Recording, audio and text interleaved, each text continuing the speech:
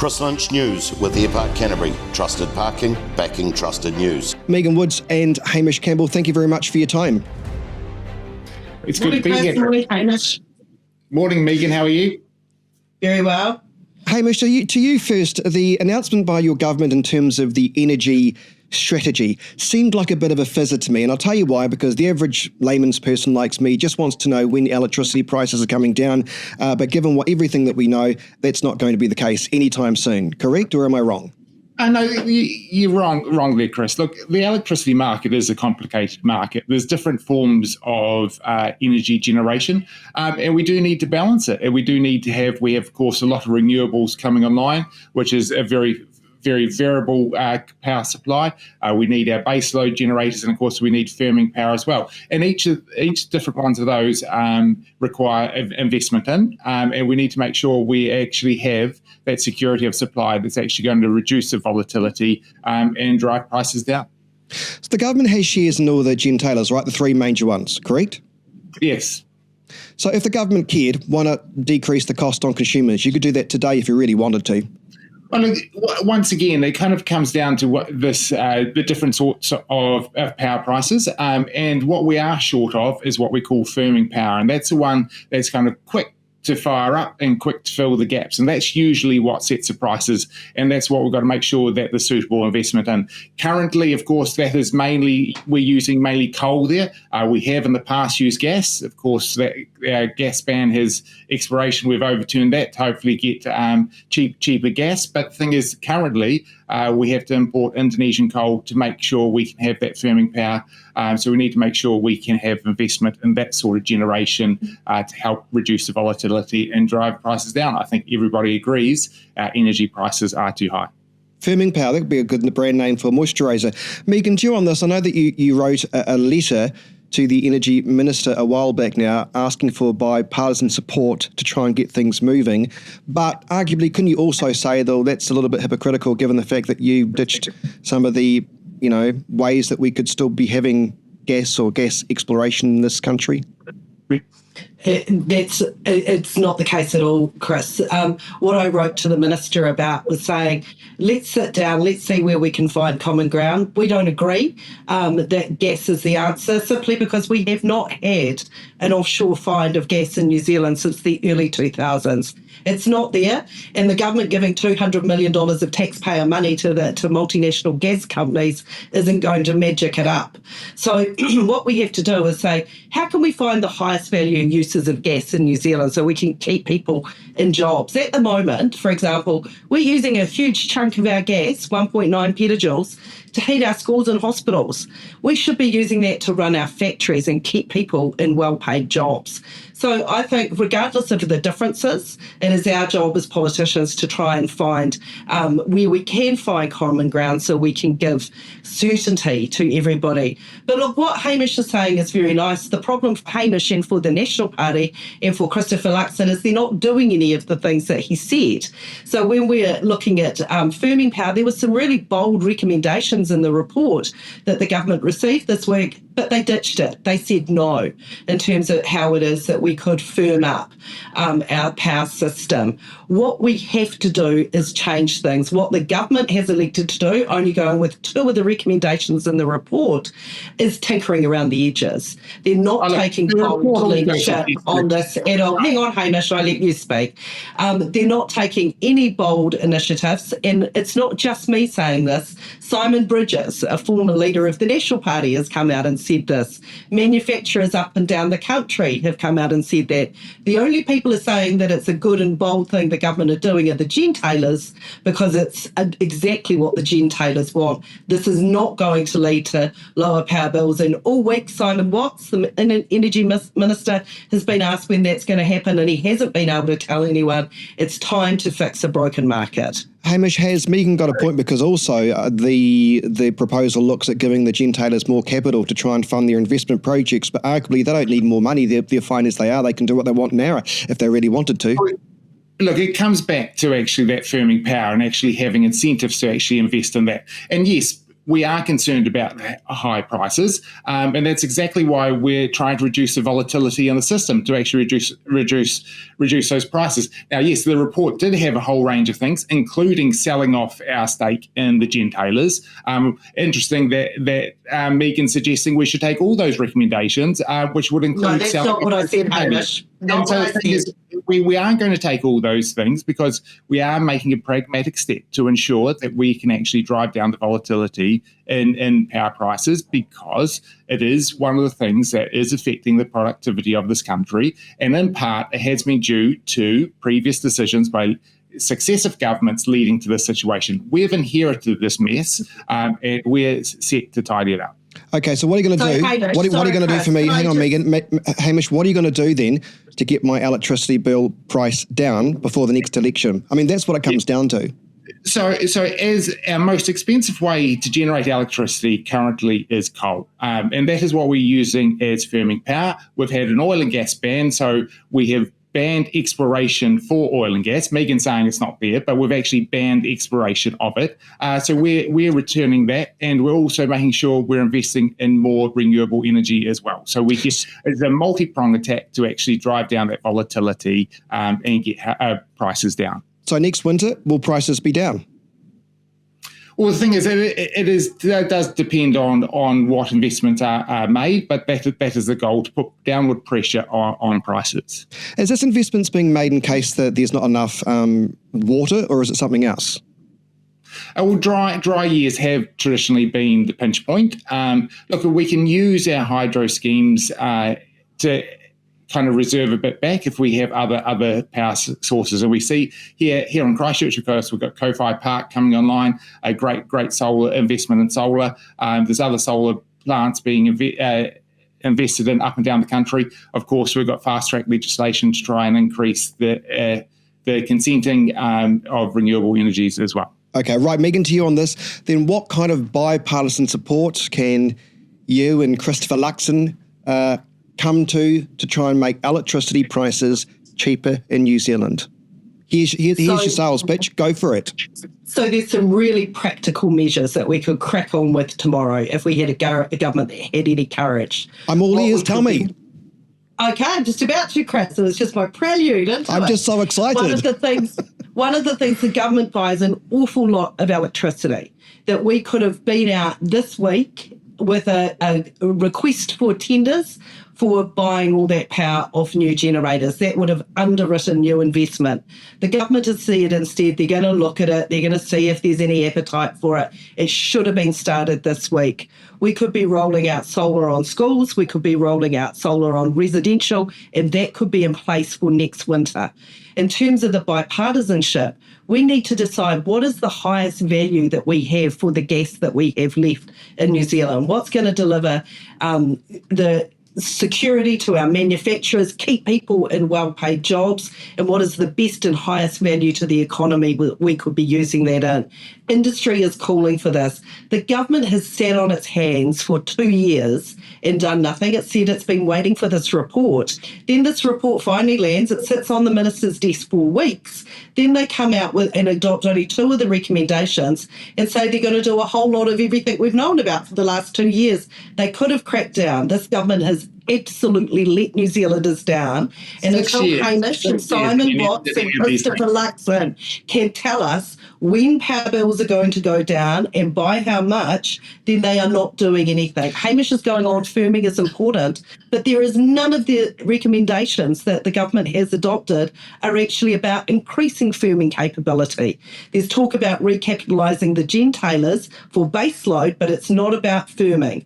So this is the issue they are not adopting. They ditched any work on storage. They threw it all out, and they are literally left New Zealanders high and dry. Okay, Hamish, I'll give you the last. Chaos in the coalition. None of the parties. All right, Hamish, I'll give you the last word before we move on. And didn't do any of those things. And look, we can use our other energy sources to actually use our hydro lakes as storage. It's far more efficient than kind of some pump hydro schemes. So the thing is, it's about making sure we make pragmatic choices. Need to move on to the so-called super strike happening very, very soon. We've got, more than 11,500 allied health staff preparing to strike on the same day as primary school teachers strike. Well, nobody goes on strike lightly, Chris. The fact of the matter, if you go on strike, you don't get paid. So it is always a very big decision for workforces to decide they're going to take that action. And it's that action when everything else has broken down. Because for most people, losing a day docked from their wage packet hits pretty hard. I mean, I don't know that many people can survive, only getting 80% of their wages for that week. So it is a big decision. What I think it shows is that we've got critical workforces in this country who aren't being listened to. They're being undervalued. The pay offers they've got are actually pay cuts. When you put it against inflation, it's going to mean a real loss in their wages. But it's not just about wages. And I trust our health professionals when they tell us that they're going on strike because they don't have the support and the resources they need. I believe them. But can I just say though, when our health workforce does an amazing job. Of course they do, and I don't doubt your sincerity. But what I do question is though, I mean, during Ardern and Hipkins administration, I went to so many strikes, whether it was supermarket strikes to report on, or whether it was nurses going on strikes. I never saw you there. So it does seem politically convenient that all of a sudden you care now, but I didn't see you at one strike during, the administration that you were in. So, Chris, yes, people did go on strike when we were in government, and that we actually did get settlements that did match inflation. Nobody's saying strikes didn't happen under us. But what I'm saying is you can't dismiss strikes. No, I don't. But I'm just saying that it does seem always politically convenient when, it's kind of like... It kind of feels like it's a bit of manipulation going on here because, as I say, when I went to all these strikes under the Hipkins regime, particularly under Hipkins, I never saw one Labour MP there at the strikes outside the hospital grounds or outside the supermarkets or outside Burwood Hospital. So, Chris, I did actually... Do you see what I mean? No, Chris, I did actually meet with delegates from the unions that were on strike. I didn't meet them on the picket line, but I certainly met with delegates. But why did you not meet them on the picket line? Because why did you not meet them publicly on the picket line, though? What's changed? Well, Chris, some of those strikes were actually when I was in Wellington doing my job, but I certainly met with delegates from each of those unions to talk about what their concerns were. The fact of the matter is that we have a government that just won't listen, a health minister that is doubling down and trying to blame the workforce. We did actually take those workers seriously, and we did go back to the negotiating table, and we reached a position where people actually got what was fair. But you have to realise for a number of these workforces that we're talking about that are going on strike, this is where the scrapping pay equity is really hitting hard. Yeah, I agree. Workforces as well. Yeah, so there's a whole compounding effect of things coming into play there. Tammy, let's discuss this because Well, let's discuss this because it is being described as a super strike. Because I think possibly 50,000 are going on strike. Has the right to strike, and we respect that. But the thing is, what we're seeing is unions going straight to strike, not coming back to the negotiating table. We have offered a pay deal. They don't appreciate that. They have then gone on strike. What we're saying is that we actually wanted to go through some negotiations. Look, people are doing it tough. The accumulative effects of inflation under the last government was increased price by 25%. That is a huge... The role of the government, you can do the maths yourself, Megan, the role of the government is actually trying to make it fair for everybody and make sure we have a sustainable public service. And that's what we're working towards. And everybody has the right to strike. But what we're saying is come back to the table and negotiate, because these strikes are going to impact. They're going to impact the delivery of healthcare services, and it's also going to impact the delivery of education. And look, seems very politically motivated that you do it both on the same day to have to try and in effect blackmail the country into a deal. So how are we going to fix this problem then?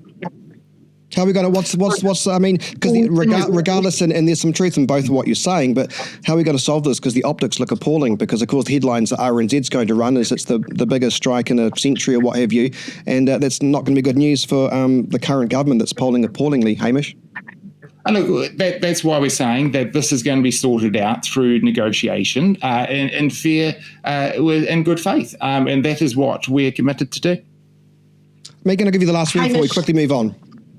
Hamish, you're saying that they need to come back to the table. They've been to the table multiple times. It has got to the situation of all these unions striking at the same time because they're not getting anywhere at the table. Just pulling people back to the table and telling them you're effectively giving them a pay cut, or you're giving an 80% increase to directors. It's not keeping up with inflation. That is an effective pay cut, Hamish. Meanwhile, you're giving an 80% increase to directors on Crown companies. It shows where the government's priority is, and it's not those frontline workers. So you would say services New Zealand. We're funding more money into our education system. We're putting more money into our healthcare system to actually make sure we have good working conditions. And that's why we're employing more nurses because it's not just nurses that we're talking about, it's also staff levels. We have put far more nurses in than the previous government into our healthcare system.